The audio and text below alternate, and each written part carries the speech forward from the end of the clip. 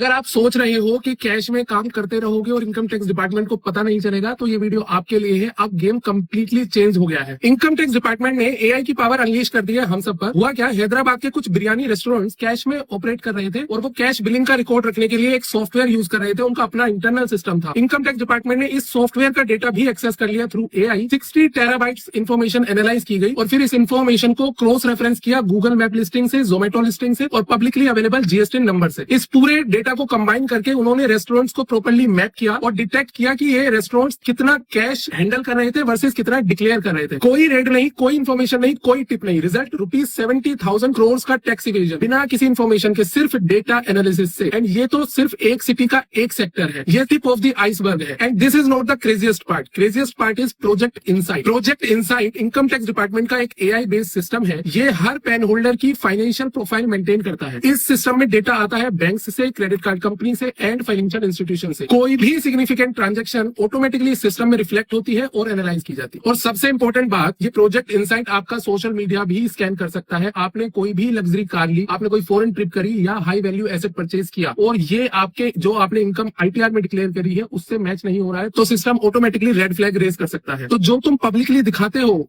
वैसा ही आपकी आईटीआर में भी डिक्लेयर होना चाहिए, अदरवाइज एक्सप्लेनेशन देना पड़ सकता है। तो समरी ये है कि टैक्स इवेजन अब प्रैक्टिकली इम्पॉसिबल हो रही है बिकॉज एआई है, डेटा है, सॉफ्टवेयर एक्सेस है। लेकिन टैक्स प्लानिंग अभी भी लीगल है और अगर ठीक तरीके से की जाए तो सिग्निफिकेंट सेविंग्स हो सकती है। अगर आप चाहते हो आपको ऐसे ही अपडेट सिंपल लैंग्वेज में मिलते रहे देन फॉलो दिस चैनल।